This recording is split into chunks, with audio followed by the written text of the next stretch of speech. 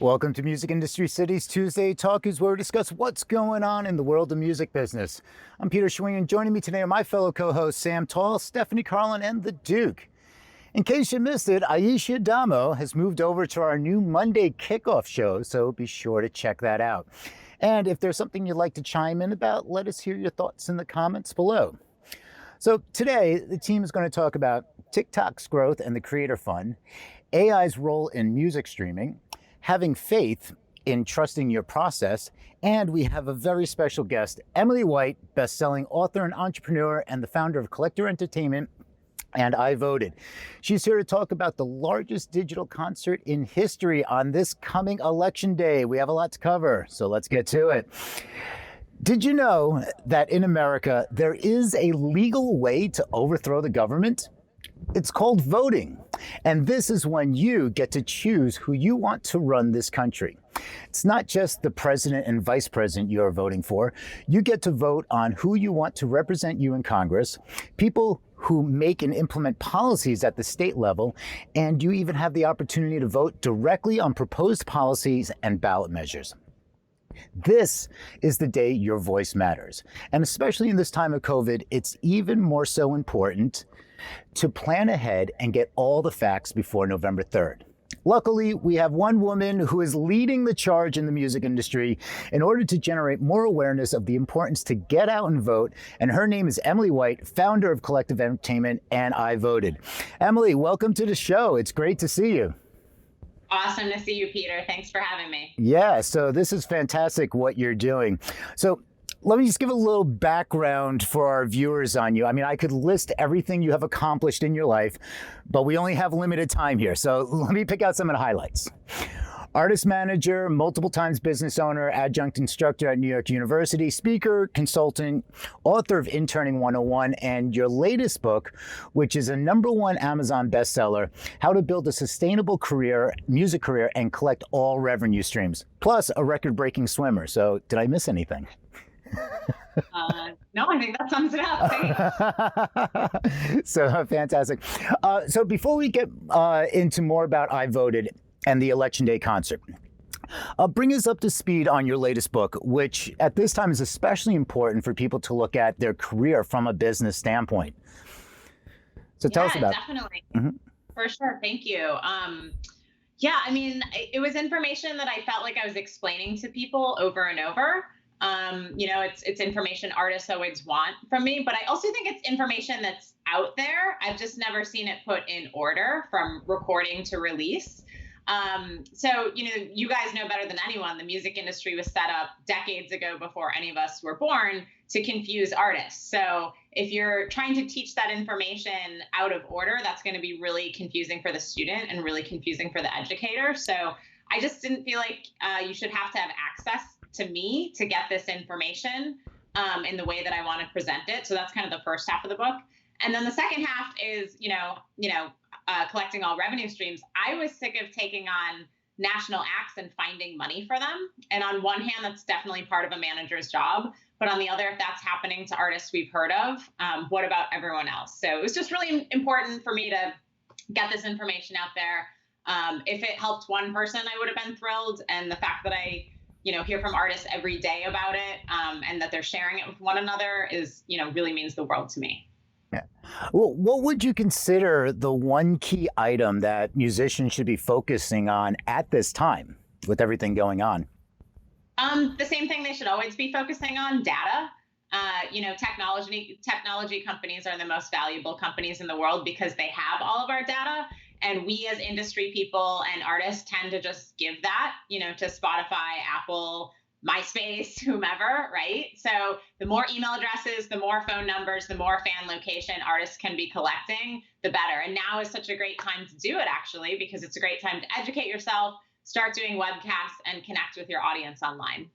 Yeah, interesting that you said you brought up MySpace. I just, coincidentally, yesterday I randomly logged into my old MySpace account because I had an alert saying I had to go to an old email account to like reset my password for something, and then there was MySpace stuff in there, so I went to see what's still there. I mean, it's pretty much like the graveyard of like images and all that stuff, but the fact is it's still there. So, Well, so. I say that to make a point, right? Mhm. It's like we gave data to MySpace, and then we gave our data to Facebook, and now we gave our data to Twitter, Instagram, TikTok. It just keeps going. We never seem to give it to artists. So that's exactly my point. Is the more that artists and industry people, and by industry people I mean retain that data for artists, Mhm. that's actually how they can build a long-term and sustainable career. Fantastic. So yeah, actually, Sam's going to be talking about TikTok later on in the show. So this will be really interesting. I know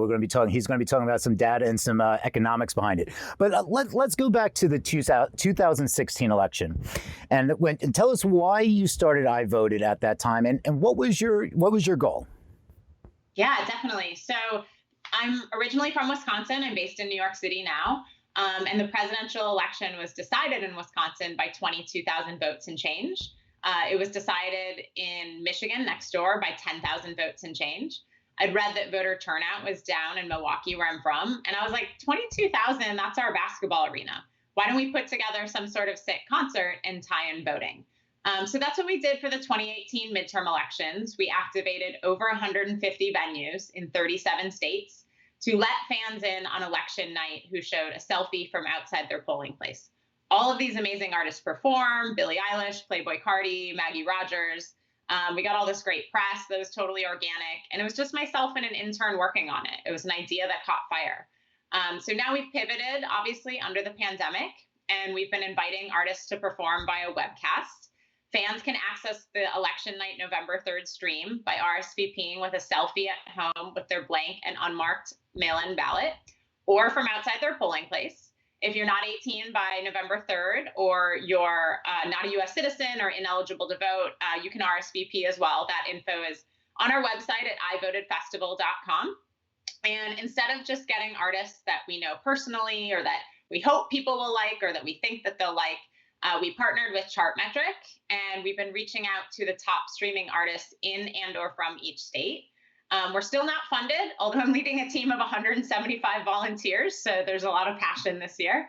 And so because of that, we focused on 25 focus states where we can really make a difference on voter turnout. And through that, over 600 artists have confirmed, which unfortunately makes it the largest music festival to date, and is also going to smash the record for the largest single night digital concert in history, all in support of voter turnout.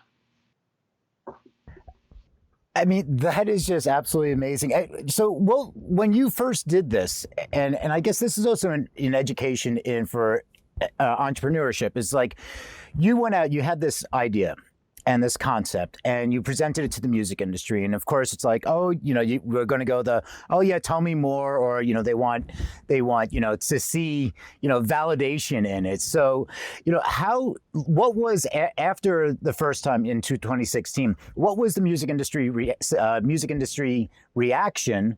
And then now it's like 600. So now you've quadrupled the number of acts. I mean, so how are you reaching out? Are people coming to you? And how can other companies or become partners or get involved to help? Yeah, awesome. I mean, we're 4 weeks out, election day, so the festival and election day is 4 weeks from today. The best thing partners can do is to push out our RSVP link, which is front and center on ivotedfestival.com. So the more fans, we can get RSVPing, celebrating voting, the better, because, that's the entire point. So my pie in the sky fantasy was to activate the entire industry. We're not there yet, but we're definitely on our way. And I'd love to expand, further into sports, comedy, gaming, and beyond for 2022, because iVoted is absolutely not limited to music, but that's obviously who I am and what I know. So this is what I'm able to do to contribute to voter turnout. Well, you also mentioned it's outside the music industry, and you have some people, an Olympian, don't I believe Yeah. that you have. Tell us about this, because you're bringing all different sectors together. So you have this cross pollination, and which is fantastic because you don't have to be in the music industry to love a music festival or a concert and support something for a good cause. So tell us about that crossover. Yeah, definitely. Again, a lot of it is just kind of a natural extension of the music industry or my network. Living Color was a huge artist for us in 2018, and they wanted to do it again this year, but live all over the place. I used to work with W. Kamau Bell. I knew he was best friends with Vernon Reid. So I was like, why don't we do a conversation between Living Color and Kamau? And everyone was super into it. So that allowed us to bring in comedy. And then I manage Olympic gold medalist Anthony Irvin. To be honest, like Anthony's been pretty busy with his family this year. He hasn't been doing too much promo. And like the one thing we have been talking about is voting. So I was like, hey, do you want to do an exclusive video message for iVoted? And he was like, yeah, definitely. Even before the pandemic, we were talking to an NBA team about doing iVoted at an NBA game. So like I said, this is absolutely not limited to music by any means. And, what's happened with our pivot is that post-vaccine, when, we can't wait for venues to return, we'll be able to have a sold out venue, but then also webcast it for, additional fans who can't make the show. And the other problem that it solves for us is, we had two really major national acts in 2018 that wanted to participate in iVoted, but they were touring in Europe. So now they can do a webcast or exclusive message, and it just expands our reach further as far as voter turnout goes. That's fantastic, and it's such an important cause. So finally, what is the one message besides go out and vote, because that is the key message that you want to get out to the people? Yeah, well, since this is Music Industry City Network, our one ask is always for every industry colleague and friend to tell one other industry colleague and friend, and that's been very effective for us since we started this 3 years ago. So yeah, so check out ivotedfestival.com. Spread the word, and let's get as many fans voting as possible. Emily, thank you so much. It was great to see you. Best of luck with the event. I know it's going to be a huge success. And for everybody else, if you want to find out more on how to get involved, we'll put the links down in the show notes below. Emily, have a wonderful day, and it's great seeing you as always. You too. Thanks, Peter. Thanks, everyone. Cheers. So moving on to the platform that seems to be in an everyday conversation these days. TikTok, 690 million users globally. Over in the UK, it's something watched over an hour a day by 17 million users. That's just one country across the pond, but others, percentage-wise, also fall into a similar statistic. Back in July, TikTok established a $200 million creator fund to support ambitious creators who are seeking to turn content creation into their livelihoods. This all sounds great, but TubeFilter just published an article and video that disseminates the economics behind the creators. Here with his thoughts on the Creator Fund and to break down the numbers is Sam Tall. Sam, should I give up my day job and hop on TikTok? I think where's that mute button? Is that you? Are you unmuted? I think we have a little unmuting problem. Here we go. How about now? Is that better? There you go. Yeah, Right. That's the live part of everything. So There we go. all right. So yes, you should definitely quit your day job. I think it's a great idea, sound strategy. It's the perfect time. You got to get in on the ground floor. You got to hustle hard. No, obviously Yeah, not. well, TikTok's a new app. It's just brand new, and the people are just starting to catch on. Exactly. Yeah. It's this new kid on the block that's been around for a few years. But to take it seriously, I mean, the monetization question around TikTok's been on a lot of people's minds all year. And there's been some recent insight about how they're handling that and how they're making that as we close out the year and as we approach the next year.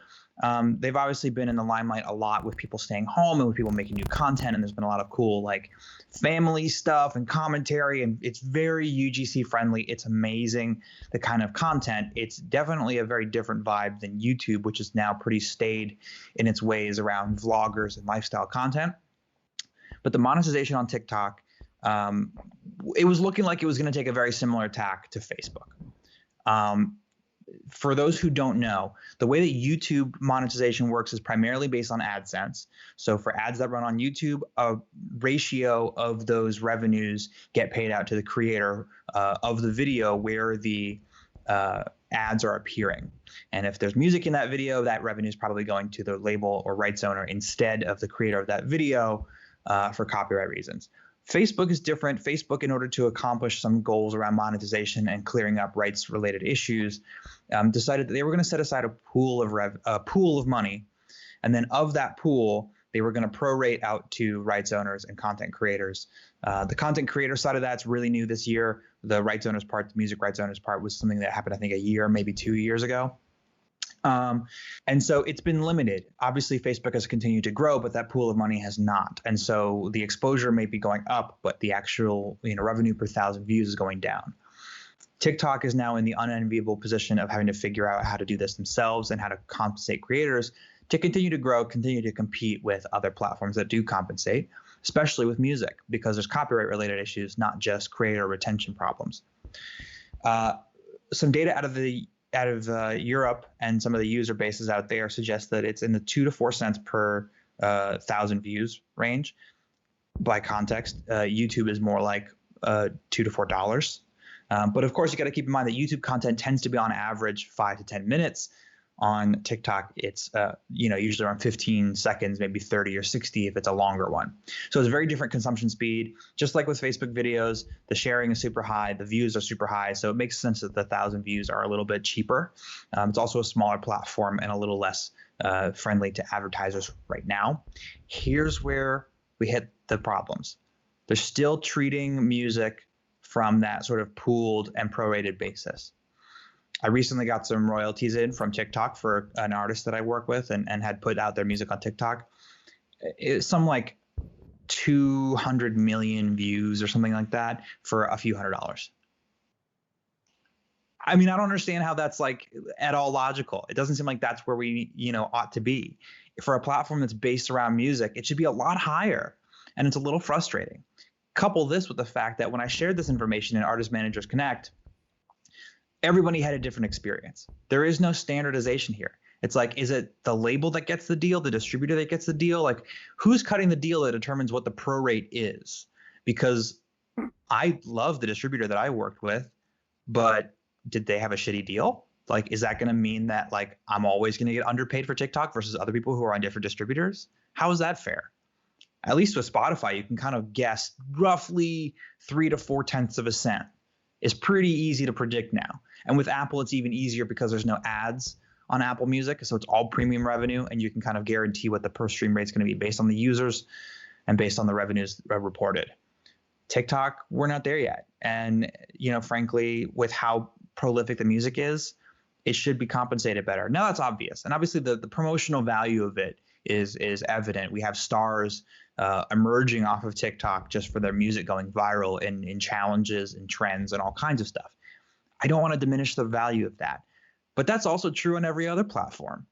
The sharing of music happens all over the place. It happened on YouTube, and that was one of YouTube's principal problems to solve, 10 years ago. Hence, we get to a place where the labels are kind of holding out and the labels are, doing takedowns. And then it happens with video too. And then Viacom sues. And then we have the advent of Content ID. And now everyone's kind of like pretty hunky dory with YouTube, even though that their, revenue versus Spotify is a lot lower. The volume of views is a lot higher. And so we're still talking about a platform that pays out over $1 billion a year to rights owners. That's great. It could be better, but it's great. TikTok, it's not even $1 billion for video creators. It's even less than that for music creators. And I don't understand what gives. And I want to put this out into the ether. If you have your stuff being distributed, make sure it's on TikTok. Otherwise, people are just going to rip and upload your sounds anyway. If your music gets any traction, it's going to end up on TikTok, whether you want it to or not. So you might as well be in market. And then once you're in market, you can start to fight for a little bit of a change and, advocate for a little bit of a higher royalty rate, especially if you're, not predisposed to making content and kind of pushing the engine yourself. It's unfair for you to be locked out of this ecosystem. Yeah, and there's so much to pay attention to, and every platform has its own unique intricacies on how they're paying out, what they're paying out, who they're paying out. And, even now we look at Twitch and Twitch adding the music content to it now, and there was already other services. So it's so difficult to stay on top of each platform. I mean, that's a full-time job, just trying to collect the pennies, nickels, and dimes, but those are adding up. So it's even like you have to look at it's like that ecosystem of micropayments. Well, and it's literally my full-time job. So that's that's exactly it. And the last thing I'll say on this is I really wonder and I'm going to put this worm in everybody's ear. I really wonder what the major labels are able to negotiate in terms of minimum guarantees. We know this is a thing that happens every time there's music licenses being cut.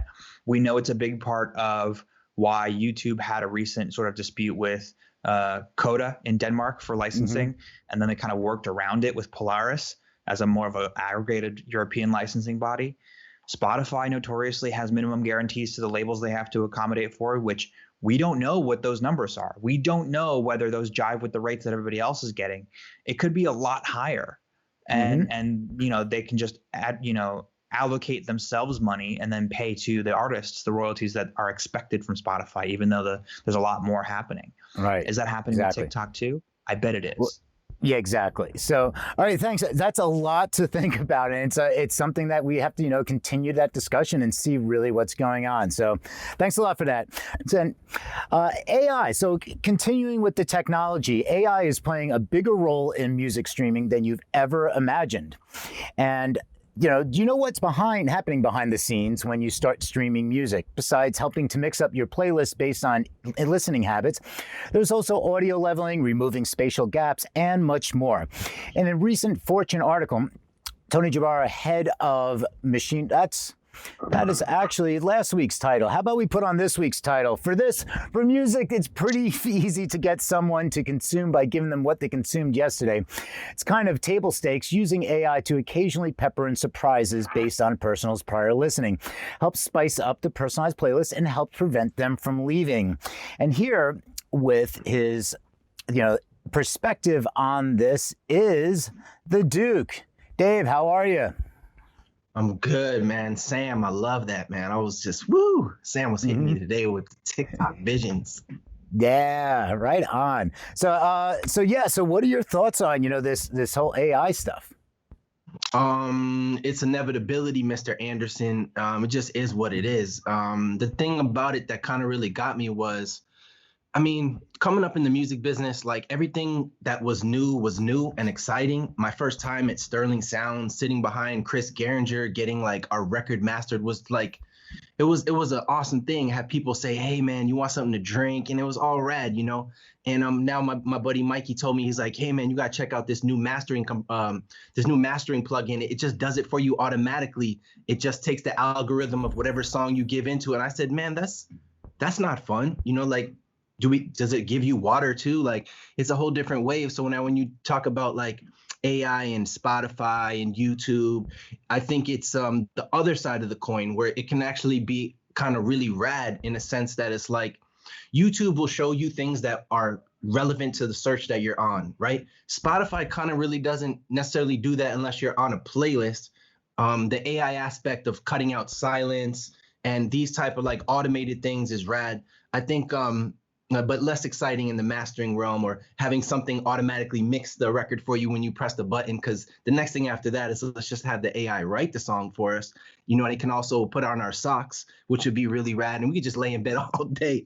It'll be a great time. But I like the aspect on the plus side where it kind of like can give you something exciting. You know what I mean? I'll kind of digress for one little end of this segment here. I've taken a good amount of acid in my life, and no acid trip has ever been the same. You know what I mean? And I would love for the AI experience of Spotify or YouTube to be the same, where I say, man, I can't wait to flip open the phone today and see what AI has got in store for me, versus here, check out Drake's new 7 songs that all came out today, and they're all number 1, 2, 3, 4, 5, 6, 7, which is not so exciting for me. And that's just how I feel about AI. I think it's a plus. And I think The Matrix was 20 years ago, but man, that movie had a lot of elements of right now. And I'm going to say end scene on that. Right on, yeah. And like think about it, it's like if you have AI tied in with an acid trip, it's kind of like that old screensaver on the Mac. Like it can like predict where you are in your trip, your highs and lows, and can kind of just like tailor the music to your trip. Exactly. We live in a peanut butter and jelly society, but when's the last time we had peanut butter and maple syrup? It's another wave, man. We need that. We need that AI to us. I love it. Love it. Thank you, Dave. Thanks. Always a great perspective. So many musicians are feeling their careers have come to a screeching halt. But in truth, there is so much new potential as an artist right now. To discuss how to change your mindset and have faith in your process is Stephanie Carlin. Stephanie, what say you on this? Oh, Peter. All right. We're going to close this Tuesday Talkies with a real spiritual infusion. Okay. I like it. I thought you would. All right. So, all right. For some of you listening, this time of COVID has been devastating and your revenues dried up and your livelihoods disappeared and you're left to like really grapple with what the hell this new beginning looks like. Shout out to Sam. Yes. Quit your day job, please. For others, this time has been a total blessing, right? All the reasons and excuses you had to do something that was a fundamental untruth. Okay, so you were given permission from this shutdown to actually charge ahead with this new beginning. But so many artists get caught in finding the proof that they've finally made it, finding proof in these metrics and benchmarks of success. Like success starts at 50K followers or success starts at the Grammy. And the proof you're looking for as an artist doesn't exist. The knowing that you change lives, that you make an impact, that is an internal shift. No amount of external proof will lock in that internal shift. And that internal shift is your spiritual work. And it requires trust in yourself. It requires faith in yourself. And your proof has nothing to do with faith. Your faith sustains you. It's not temporary, regardless of what successes look like to the outside world. Your faith is a quality of surrender. Your faith leaves you impossible to doubt. And as you go through different experiences in your career, you will inevitably be given opportunities to see what your true faith is. You know, I've seen artists experience massive results in their career, but they still doubt themselves. So it's just a fact you'll experience these incredible things, but I'm more interested in what sustains you, because the opposite of your faith is doubt and disbelief. So do you have more doubt and disbelief in yourself as an artist than you do faith? Because these two energies of doubt and disbelief are designed to keep you stuck. And us artists love to romanticize doubt and disbelief. We just fucking love the tortured artist archetype that our work has to be given to us in these bursts of inspiration, or some of us feel obligated to follow the paths of our idols who maybe didn't have the greatest lives. So today I don't want to so much rant as I want to inquire with you. Where have you lost faith? Where do you doubt yourself as an artist? Where do you not believe in your visions? Where have you gotten discouraged and you let that discouragement color your future? You know, we lose trust and faith in this world, and it's so easy to do that inside this initiation that's going on around us that we're calling COVID, that we're calling the 2020 election. We lose faith and trust in source as we absorb other people's stresses around us and begin to get convinced that not having faith is the obvious answer, when it's not. And the most crippling thing is losing faith and trust in ourselves. So as you continue your pivots and hustles and creating new revenue streams beyond touring and live music, look at how your doubt and disbelief has got it rigged to keep you stuck, and don't get bought off by it. Because you have the ability to create worlds. You have the ability to lead and elevate and impact humanity in a way that so many politicians will never have, because sound is a particular flavor. Music is a truth that can only be felt. So I ask you to keep your inner circle flush and full of people who have total faith in you, in your impact, who have faith in humanity, who trust your process and your connection to something bigger than really the little crises that are happening right now.